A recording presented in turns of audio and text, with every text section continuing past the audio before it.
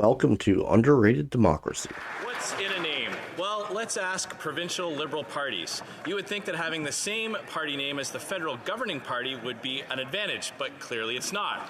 Provincial Liberals, suffering from the brand damage that this Prime Minister is doing, are barge pulling away from the PM's party name. The Saskatchewan Liberal Party had a long history in my province. In fact, 6 out of 7 of our first premiers were Liberal.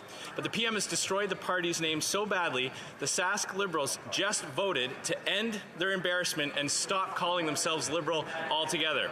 They don't even have a name for the new party. They would rather be called the No-Name Party than have any association with this Prime Minister.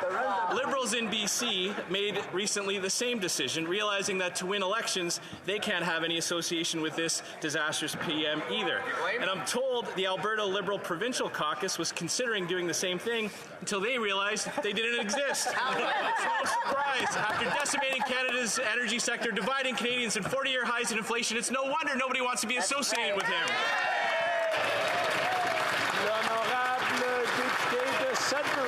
The Honourable Member for Sudbury. Is one of Sudbury's economic cornerstones. With our government's commitment of $3.7 billion and the launch of the critical minerals strategy earlier this year, the Conference Board of Canada has predicted Sudbury's economy is primed to outperform Ontario and Canada in the coming year. Our government's plan is working. The number of jobs related to critical minerals rose by nearly 20% in the last 2 years alone, reaching a 14-year high. With 9 operating mines, 2 mills, 2 smelters, and a nickel refinery, Sudbury is home to over 300 mining and mining supply firms who generate approximately $4 billion in annual exports. With the world's demand for critical minerals, Sudbury is poised to play a major role in the continuation of job creation, economic opportunity, and continued prosperity. Mr. Speaker, I want to highlight Sudbury's potential and how we can continue to play a role in ensuring Canada will become the world's green supplier of choice for critical minerals. Right on. Oral questions. Question orale. The Honourable Leader of the Opposition.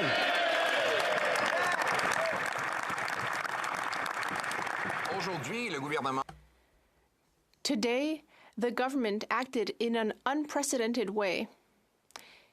It is censoring debate on a bill that itself would censor what Canadians can say and watch online.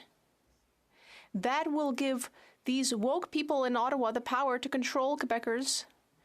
And incredibly, the Bloc Québécois is in favor of this additional Ottawa censorship.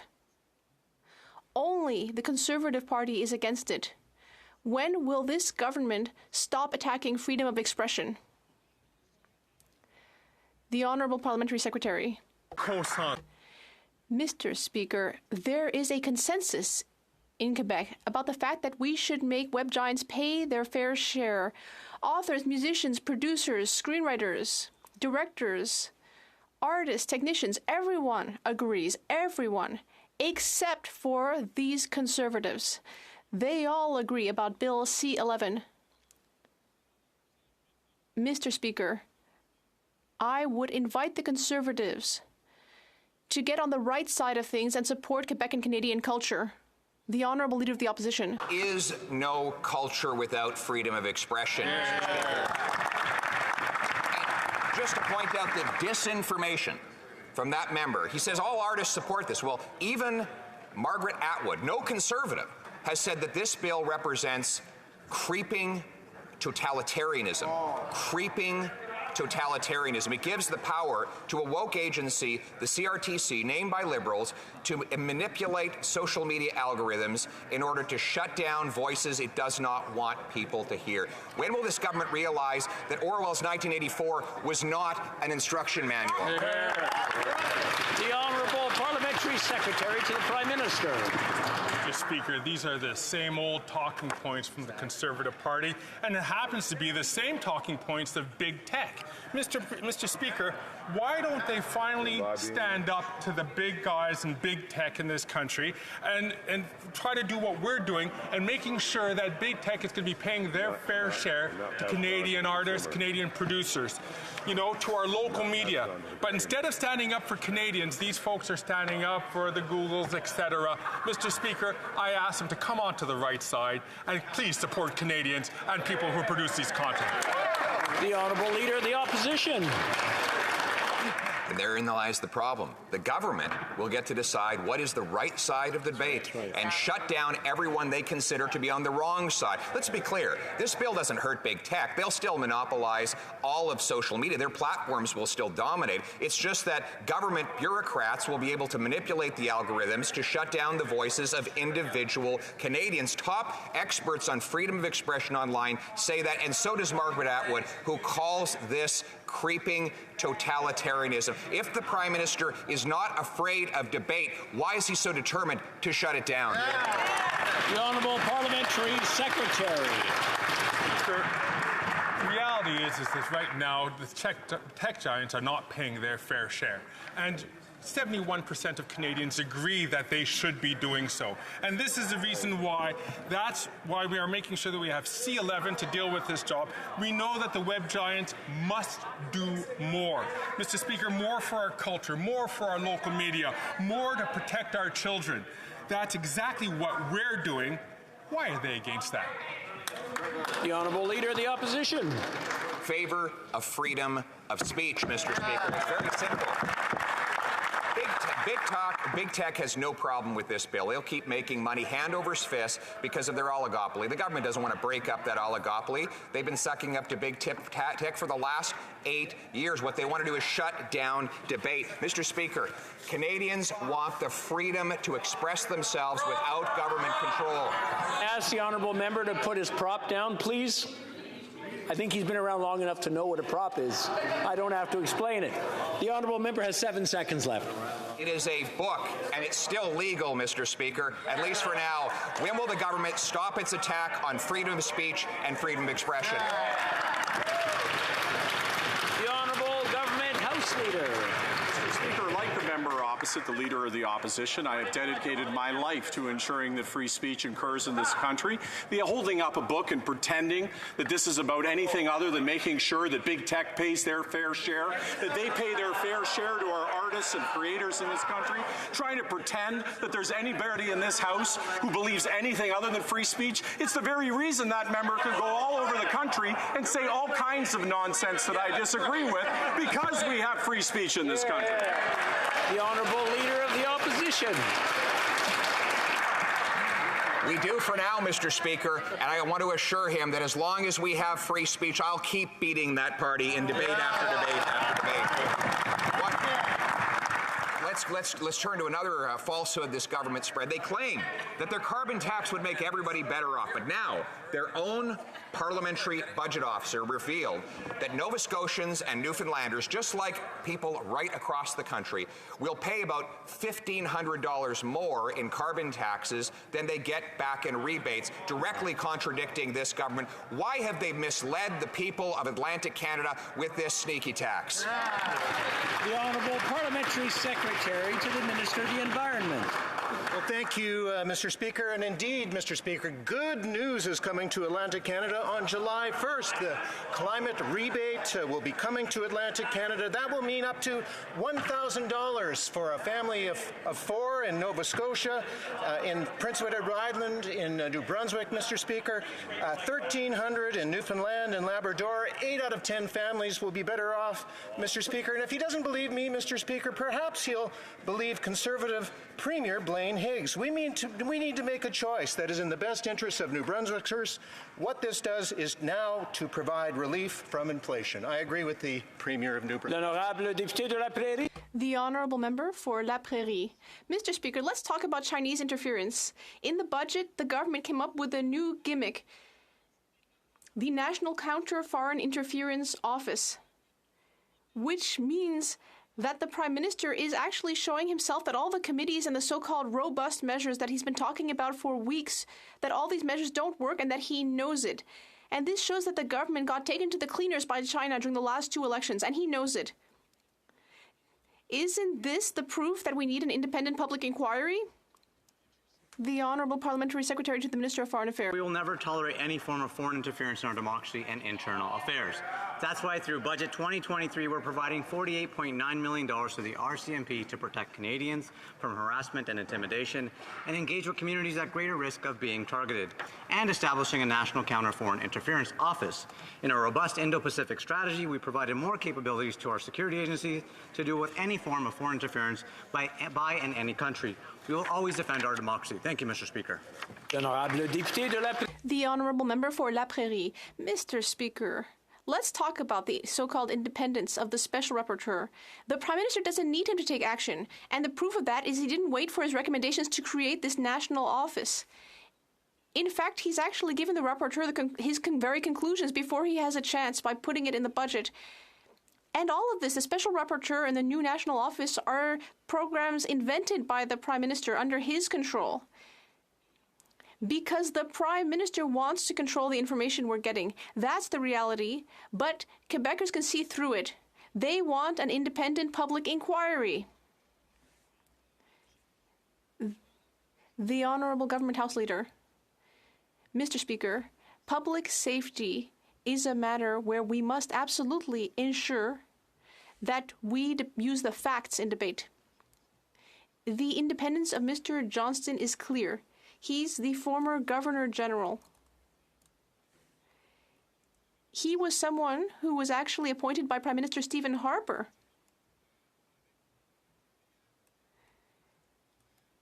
And he has had a remarkable career of service to Canada, and we will see that once again here as well.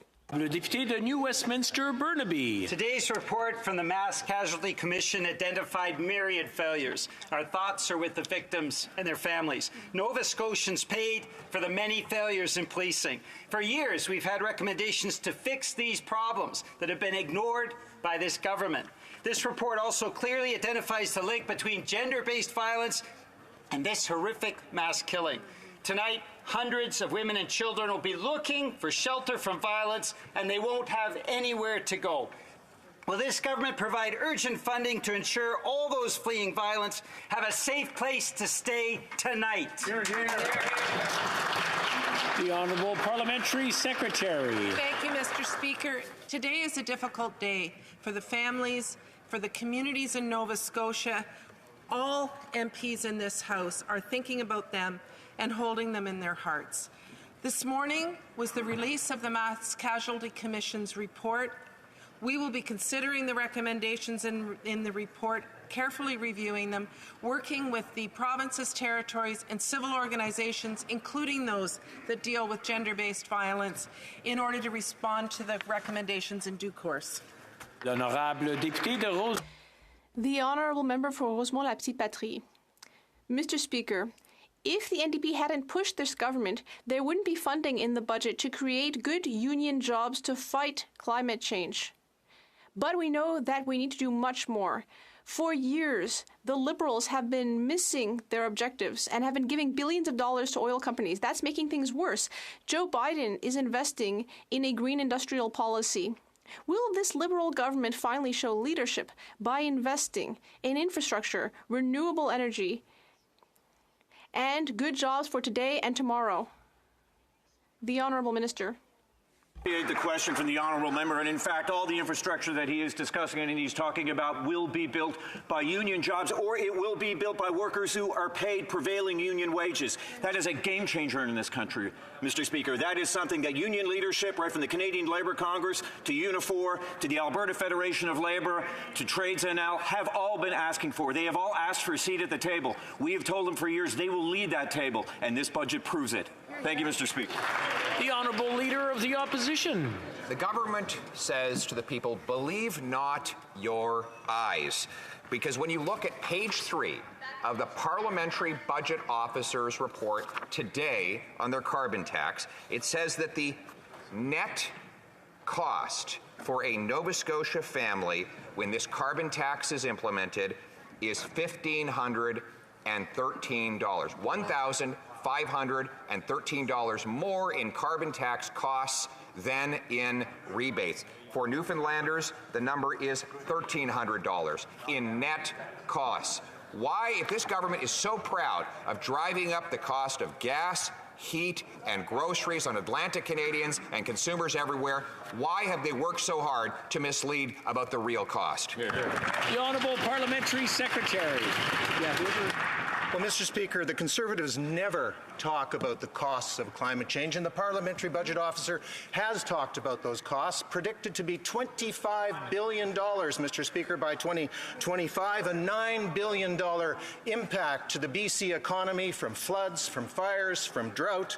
The town of Linton burned to the ground, Mr. Speaker. 600 people lost their lives in the heat dome, Mr. Speaker. When are the Conservatives going to stop the denial and get serious about climate change? Thank you, Mr. Speaker. Honourable Leader of the Opposition. Oh, notice he's not even contesting the facts now. The government is now admitting, after falsely stating for half a decade that Canadians will be better off with a carbon tax, they're admitting what their Parliamentary Budget Officer reported, that on average, Newfoundlanders and Nova Scotians will pay approximately $1,500 in net additional costs above and beyond any phony rebate they get back. And worst of all, it hasn't even worked. They've missed every single emissions target. Why won't they ditch this tax plan and come up with a real climate plan? The Honourable Parliamentary Secretary. Thank you, Mr. Speaker. And something is not sinking in, Mr. Speaker. The climate rebate will put more money in people's pockets. He should look at page 5 of the original PBO report. 8 out of 10 families will be better off, Mr. Speaker. But you know, Mr. Speaker, what won't make families better off? Investing in cryptocurrency. Mr. Speaker, that is reckless economic advice by the Leader of the Opposition. I see him in the House here. Will he stand in his place? Will he apologize to Canadians for his reckless environmental advice? The Honourable Leader of the Opposition.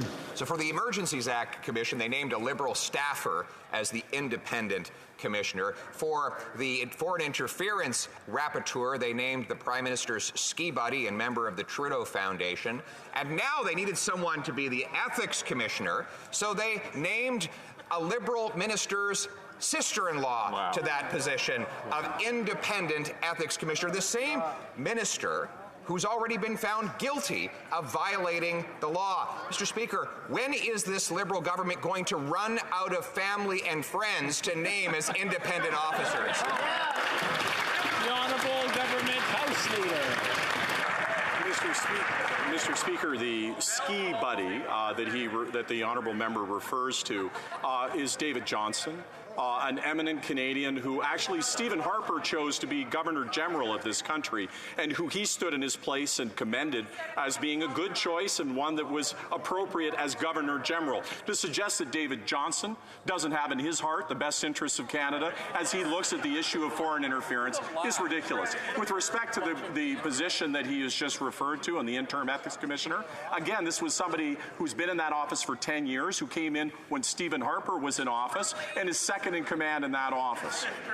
The Honourable Leader of the Opposition. You can almost imagine the conversation between the Liberal Intergovernmental Affairs Minister, who was found guilty of breaking the ethics law, and the Prime Minister, who's twice been found guilty of breaking the ethics law, saying, how are we going to quit getting found guilty? I know, we'll appoint my sister-in-law as the ethics commissioner. What a plan. It is foolproof, Mr. Speaker. My question, though, is, when are they, the problem is, pretty soon they're going to run out of family and friends, and after they do, how are they going to avoid their next conviction for breaking the law? The Honourable Government House Leader. There's a place where comedy routines can be tried out. I would suggest that it's not on the floor of the House of Commons.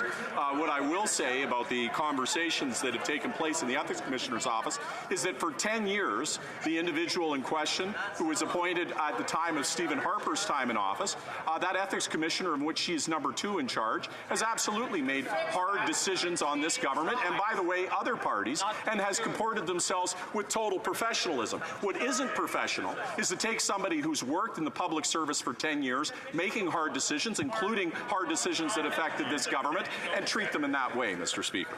The Honourable Member for Leeds, Grenville, Thousand Islands, and Rideau Lakes. The Liberal Prime Minister and his gang of serial lawbreakers were told by the outgoing Ethics Commissioner to take remedial ethics training. But instead of that, at Sunday brunch, this Liberal Cabinet Minister turned to his sister-in-law and said, how about we make you the new Ethics Commissioner instead?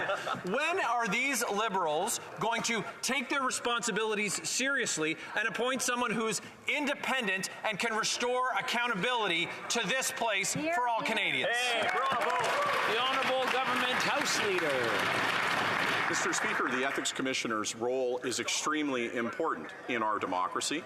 Over the last 10 years in which the person they're referring to has been in the office, and they were appointed at the time as Stephen Harper, in the number 2 position, they've taken a lot of difficult positions against this government and, frankly, against that party, which have been well received in the sense that, Mr. Speaker, the Ethics Commissioner's job is to hold us to the highest possible standard. The idea that a public servant can't, when they have a screen in place, do their job or set aside differences is not realistic, Mr. Speaker. L'honorable député de Mégantic-l'Érable. The honourable member for Mégantic-l'Érable. Well, Mr. Speaker, even the Simpson writers could not have reached this level of satire. This Prime Minister was found guilty twice for ethics violations, but he named the sister-in-law of his Minister of Intergovernmental Affairs to a high position, even though that minister himself was found guilty of ethics violations. So, ultimately, will that person be asked if it was okay for the Minister of Intergovernmental Affairs to be related to the Prime Minister who was also found guilty? It's like The Simpsons. The Honourable Leader of the Government. Mr. Speaker, when it comes to this matter, this question is clearly capable of acting independently, since they were in the office when decisions were made about the Prime Minister's behavior. The person was appointed during Prime Minister Harper's tenure and was there for 10 years. The Honourable Member for Thérèse de Blainville. Mr. Speaker, we don't want to go into a recession, and we'd better not go into a recession, in fact, because in the budget, the Liberals once again seem to forget about their promise to reform EI. Despite current economic uncertainty, they're telling 60% of workers that if something bad happens, too bad, they won't get EI. All economists are worried about the year to come. So how can the Liberals be giving up on the only safety net that exists for workers if they lose their job? Mr. Speaker, we know Canada's EI system is complex, and that's why we're focused on improving it. In the past 2 years, the Minister led more than 35 virtual, national and regional roundtables with workers, employers and academics. EI reform is a priority, Mr. Speaker. We are on it, and we will get it done. At the same time, we are making historic investments in skills training and in support like childcare to help more Canadians re-enter the workforce, and it's working. Over 830,000 more Canadians are working than before the pandemic. On this side, we will always have workers' backs. Thank you, Mr. Speaker. The Honourable Member. Mr. Speaker, the Liberals promised to reform EI in 2015, in 2019, in 2021. Then they said at the very latest last summer. Then they said, we cross our hearts, by Christmas we'll do it. They're always kicking it down the road. And here, today, in the budget, the Liberals are completely giving up on this reform. So if even now, when economists are saying there's going to be a recession, the Liberals aren't able to keep their promises to workers, when are workers really supposed to trust them? The Honourable Parliamentary Secretary. Thank you, Mr. Speaker. I'd like to thank my colleague for her important question. We have always been there for workers throughout Canada. We promised that there would be EI reform, and we will deliver. Mr. Speaker, in this budget, once again, we've shown that we are here for Canadian workers throughout the country, and we will continue to be there. The Honourable Member for Shefford. Mr. Speaker, nothing. Zilch. That's what seniors will find in the budget to help them deal with the cost of living. Nothing. We continue to have two classes of seniors. Pensions will not be increased for people 74 and under. And seniors who want to keep working will be penalized if they want to get the guaranteed income supplement. And others who want to help with a labor shortage have no incentive to do so. In their 300-page budget, couldn't the Liberals have found anything to say for people over 65? For seniors. Mr. Speaker, Budget 2023 continues to grow our government's plan to support seniors. But, Mr. Speaker, don't take my word for it. FADOC, the largest senior-serving organization in Quebec, said, and I quote, welcomes the financial support offered to seniors in the federal budget, notably the one-time grocery rebate and the expansion of the Canadian dental care plan. Mr. Speaker, our new dental care plan will help 9 million Canadians, including seniors, to get the dental care that they need. And our grocery rebate will put hundreds of dollars back in their pocket. Mr. Speaker, I hope the member opposite will vote for this budget so she can continue to support seniors in her riding in Quebec and in all across Canada. Thank you. Member for Foothills. Surprise.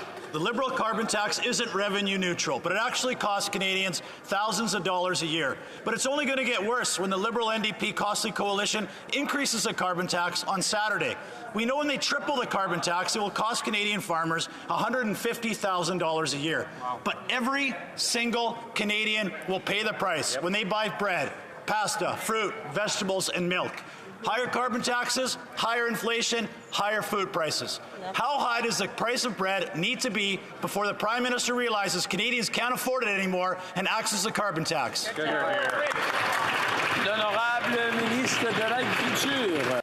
The Honourable Minister of Agriculture. Thank you, Mr. Speaker. There is a lot of good news in the budget for farmers,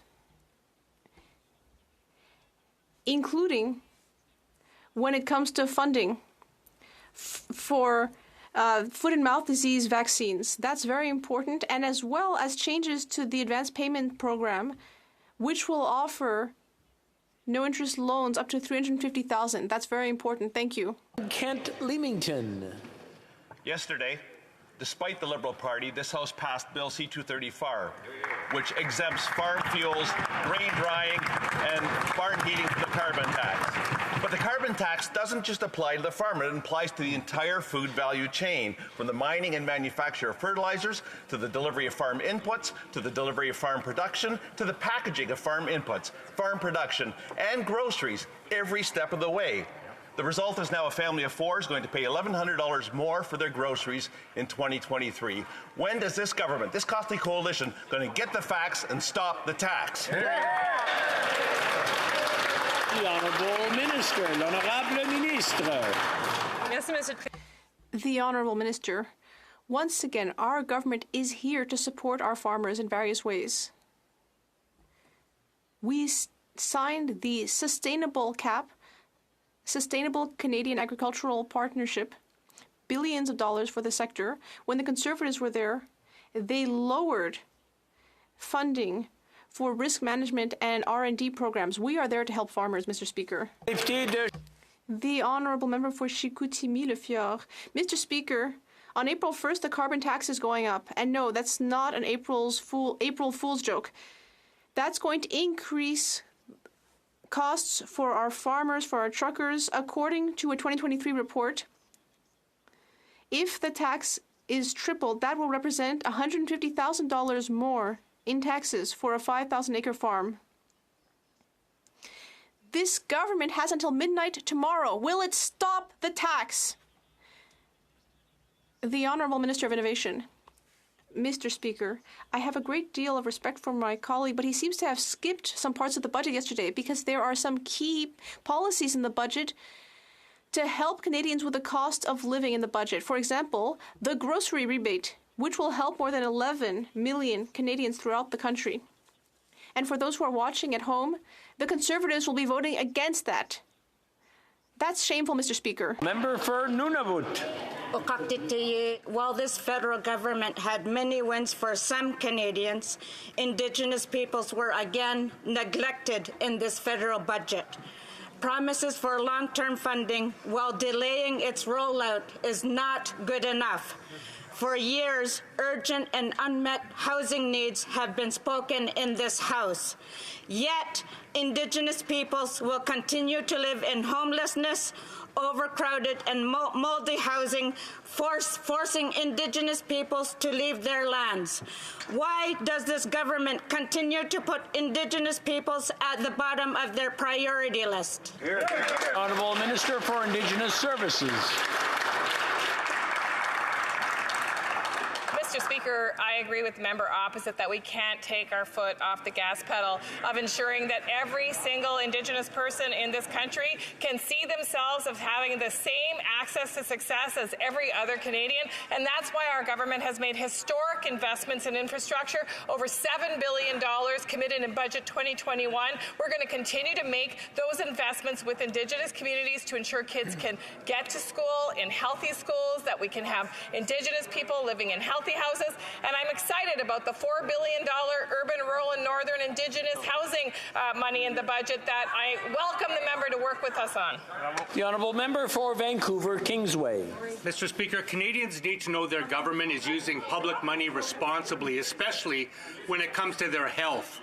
But Liberals are refusing to tell taxpayers how much money they lost on a failed $200 million vaccine factory in the health minister's own riding, a scheme that didn't produce a single dose of COVID vaccine.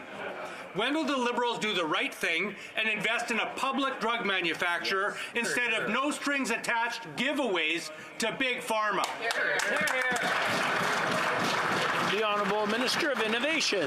Mr. Speaker, I'd like to thank my colleague for his question. It's a bit rich for him to criticize this government when, at the time, Mr. Speaker, what we did was the responsible thing.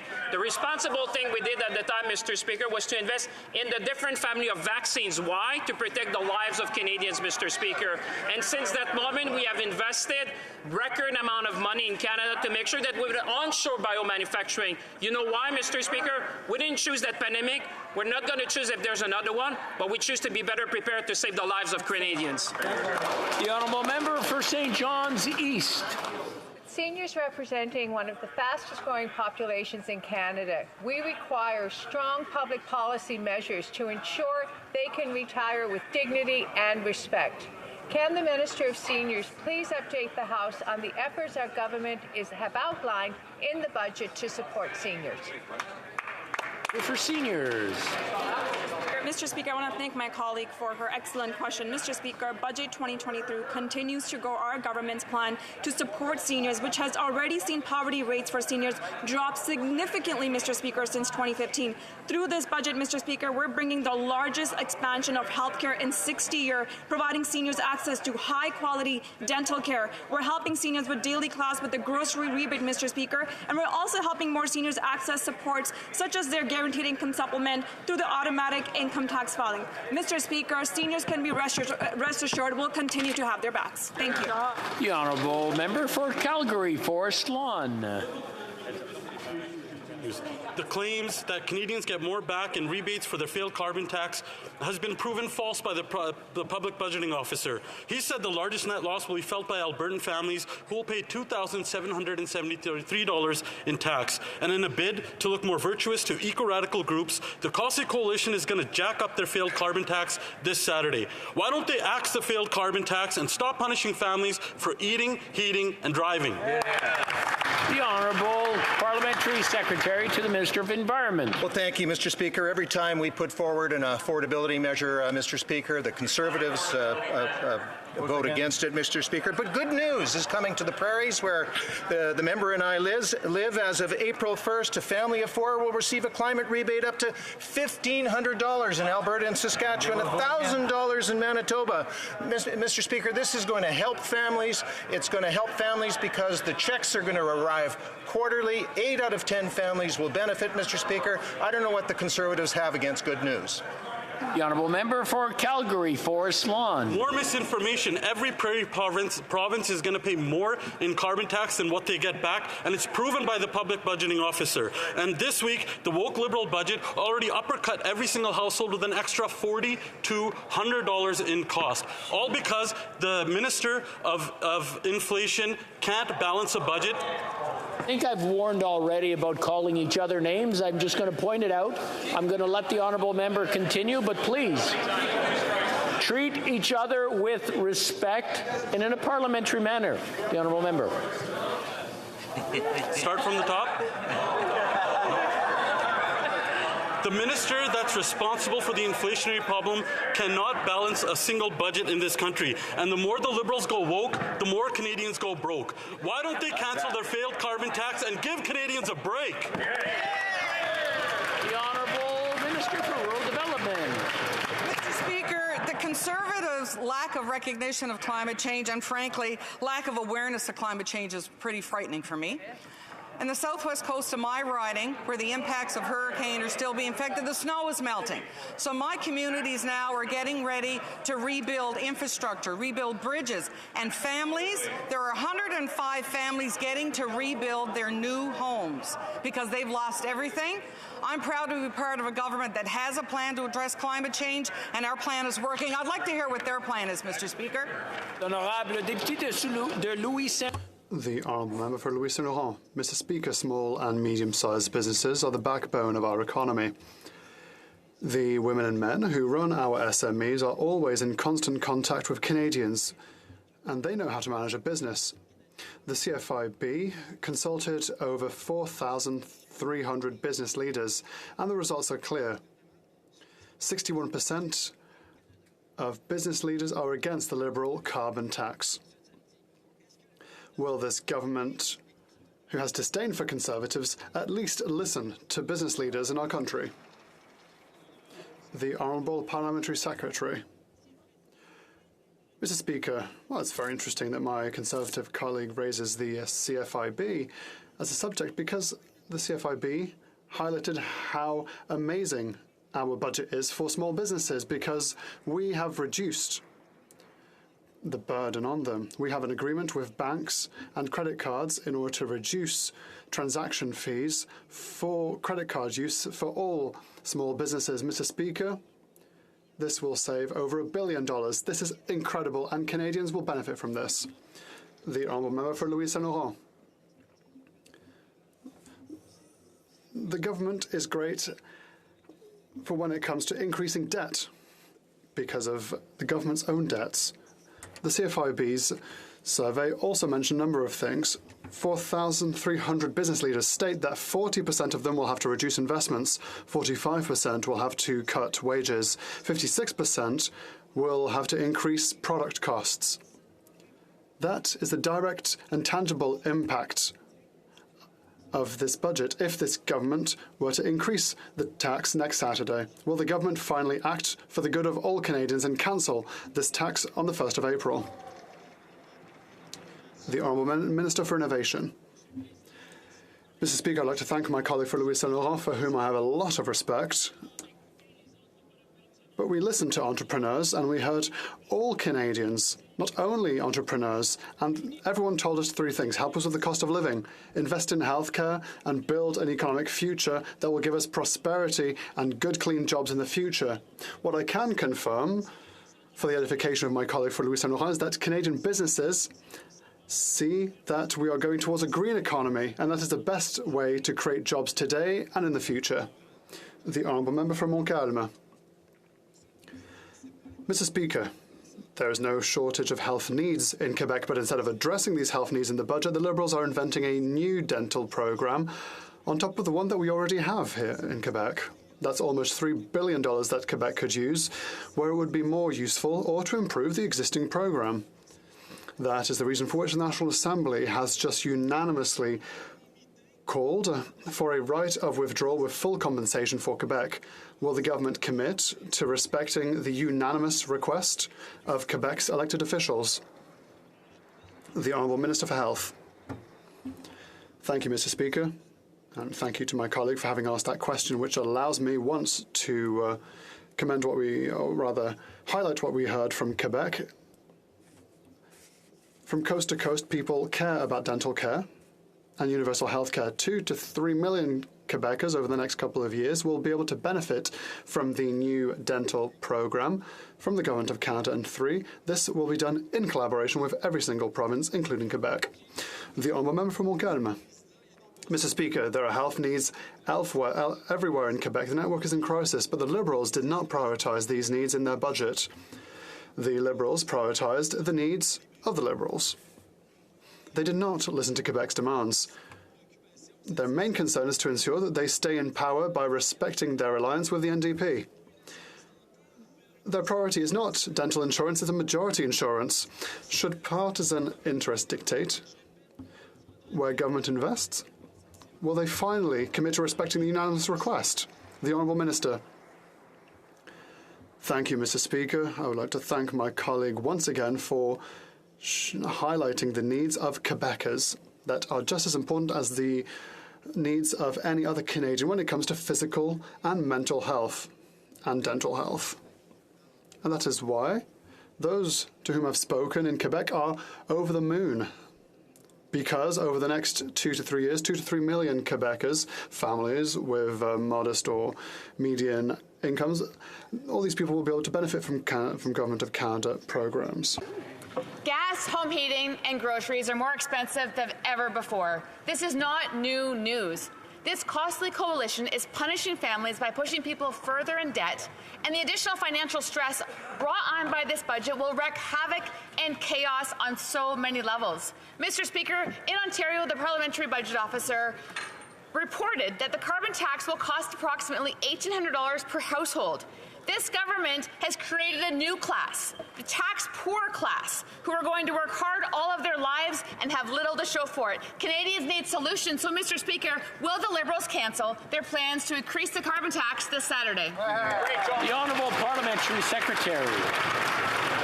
Mr. Speaker, everyone knows that the first thing that we did when we came into government was lower taxes for the middle class. But did you know that our government has also increased the amount that every Canadian can earn before paying even a penny of federal income taxes? We've increased that to $15,000. That's $3,673 more dollars that you could earn tax-free. It's just another way that we're making life affordable for all Canadians. The Honourable Member for King Vaughan. Mr. Speaker, seniors are struggling. This Saturday, the Liberals' plan to increase taxes will make things worse. The cost of gas, heating, and groceries is going up. Carmela, a senior, struggles to put food on her table each week and often skips a meal to make ends meet. This costly coalition is increasing the carbon tax, and it will make the problem worse. Carmela wishes this was just an April Fool's joke. Will this Liberal government cancel the planned increase of the carbon tax this Saturday? The Honourable Minister for Seniors.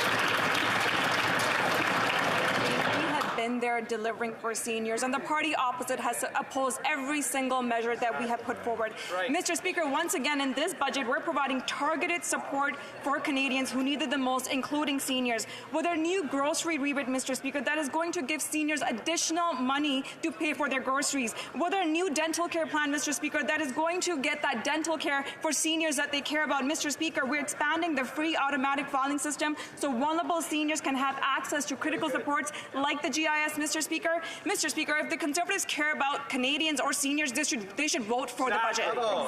The Honourable Member for Prince George, Peace River, Northern Rockies. Mr. Speaker, this Prime Minister's new spending spree will cost every Canadian household $4,200 more. A family of 4 will pay $1,100 more for groceries this year alone, and even more if you live in the north. And on top of that bad news, families in Northwest Territories who have already had to choose between paying for their heating bill or buying groceries will now see this Prime Minister increase the cost of home heating oil by 17 cents a litre this Saturday.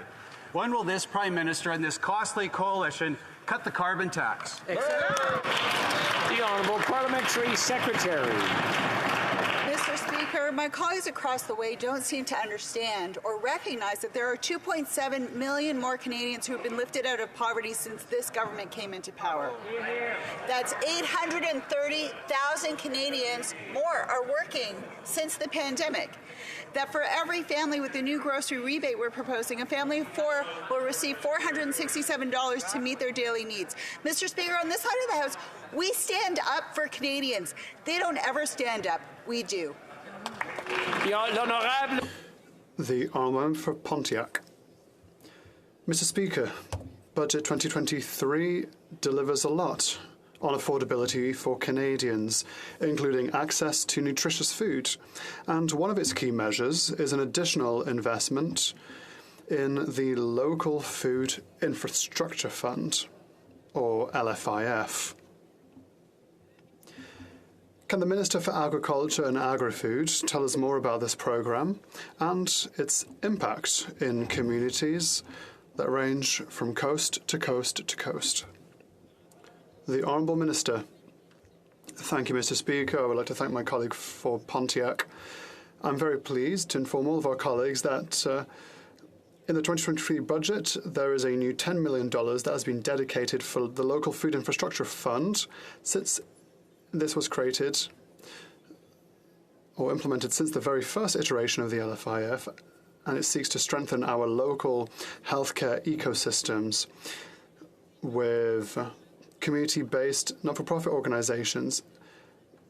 People will be able to improve their infrastructure and services to their communities. Shore St. Margaret's. Gas is going up, home heating is going up, and the cost of groceries are going up. And this week, the NDP Liberal Costly Coalition Spendathon projects that Liberals will collect another $69 billion in Canadian taxes because of their ineffective carbon tax. Today's independent report on the carbon tax says Nova Scotians will pay $1,513 more than they receive. The Liberal carbon tax punishes families and paychecks. Will these Liberals show a little compassion and cancel their carbon tax grab? Good question. The Honourable Parliamentary Secretary. Mr. Speaker, we are closing tax loopholes on the wealthiest Canadians to make life more affordable for the middle class. 99% of these measures will be affecting people that make over $300,000 a year. 80% of these measures will be affecting Canadians who make over $1 million a year. So let's be clear. When Conservatives talk about lowering taxes to protect powerful paychecks, they're actually talking about cutting taxes for the 1% and cutting services for workers and seniors and youth and everyone else. The Honourable Member for Coast of Bay Central Notre Dame. Mr. Speaker, when the cost of living increases, women's shelters are extremely hard hit. Safe havens for those fleeing domestic violence could face closing their doors. Yesterday, the public budget officer reported that when Liberals triple their carbon tax, it will cost a Newfoundland and Labrador family an additional $1,316 a year. Women's shelters incur expenses 40 times that of an average family. So will this costly coalition show an ounce of compassion to those most vulnerable by cancelling this Saturday's carbon tax increase? The Honourable Minister for Rural Economic Development. Parliamentary Secretary and part of this government when the pandemic hit that we stepped up to get cash right away, money right away at the door to every single one of those women's shelters from coast to coast to coast. And Mr. Speaker, when I stood up before and made a comment about the hurricane in my riding, someone on the other side said, oh, here she goes again. Well, you know what? She's going to keep talking about that hurricane because it's hundreds of millions of dollars of damage in small craft harbors, hundreds of millions of dollars of damage done in infrastructure, hundreds of millions of dollars done to people's homes. We are going to keep talking about that because we have a plan to fix it. Thank you, Mr. Speaker. The Honourable Member for Renfrew, Nipissing, Pembroke. Mr. Speaker, today's report by the Parliamentary Budget Officer is clear. The carbon tax is a tax, is a tax, is a tax. It is costing Ontario families $1,800 more per household than they're getting back. It's raising the cost of fuel and food. Canadians are being played for fools by this costly coalition. In 48 hours, the carbon tax is due to go up again. Will the Liberals cancel their plans to increase the carbon tax this Saturday? All Parliamentary Secretary. Thank you, Mr. Speaker. And Mr. Speaker, every time we put forward an affordability measure for dental, rental, supporting children, and what do the Conservatives do, Mr. Speaker? They vote against it, Mr. Speaker. And I'll just emphasize for the 29th time, Mr. Speaker, that the climate rebate puts more money in people's pockets. It makes families better off. And you know what won't make families better off, Mr. Speaker? It's investing in cryptocurrency, Mr. Speaker. And the Honourable Leader of the Opposition had a chance to stand in his place and to apologize for his reckless advice. Mr. Speaker, the Honourable Member of the Opposition has no plan for the economy. The Honourable Member for Vaughan Woodbridge. Thank you, Mr. Speaker. Budget 2023, a Made in Canada plan, introduces various affordability measures, such as a first-time homebuyers account, and also demonstrates our government's unwavering commitment to reconciliation by investing in urban, rural, and northern Indigenous housing. Could the Honourable Minister of Housing and Diversity and Inclusion tell this House about these initiatives and what they mean for our country? Thank you, Mr. Speaker. The Honourable Member for the Honourable Minister for Housing. I want to thank the Honourable Member for that important question. Through Budget 2023, Mr. Speaker, we're showing real leadership on housing. We're launching the first-time home buyer tax-free savings account of $40,000, and I'm thrilled to share that financial institutions will be able to offer this to Canadians as of April the 1st. We're also issuing new guidelines to protect those with mortgages, as well as investing a historic amount of $4 billion in the urban, rural, and northern Indigenous housing strategy. Mr. Speaker, we shall not rest until each and every Canadian has access to a safe and affordable place to call home. The Honourable Member for Churchill, Kewetnuk-Aski. Mr. Speaker, recreation in regions like ours saves lives. Today, I stood with Indigenous and Northern athletes, coaches, and leaders from Northern Manitoba in calling on Canada and FIFA to support soccer in our communities in the lead up to Canada co-hosting the World Cup. This is a historic moment for Canada on the global stage, and this government has a responsibility to ensure that all our young people are part of it. Will the government work with Indigenous and Northern communities to invest in soccer infrastructure and programming for all our youth in the lead up to the World Cup? Secretary to the Minister of Health. Thank you very much, Mr. Speaker, and I could not agree with my colleague more. While Canadians are really excited that Toronto and Vancouver will play host to games during the FIFA 2026 Men's World Cup, we've got to do more to ensure that everybody's got access to sport, physical activity, and recreation.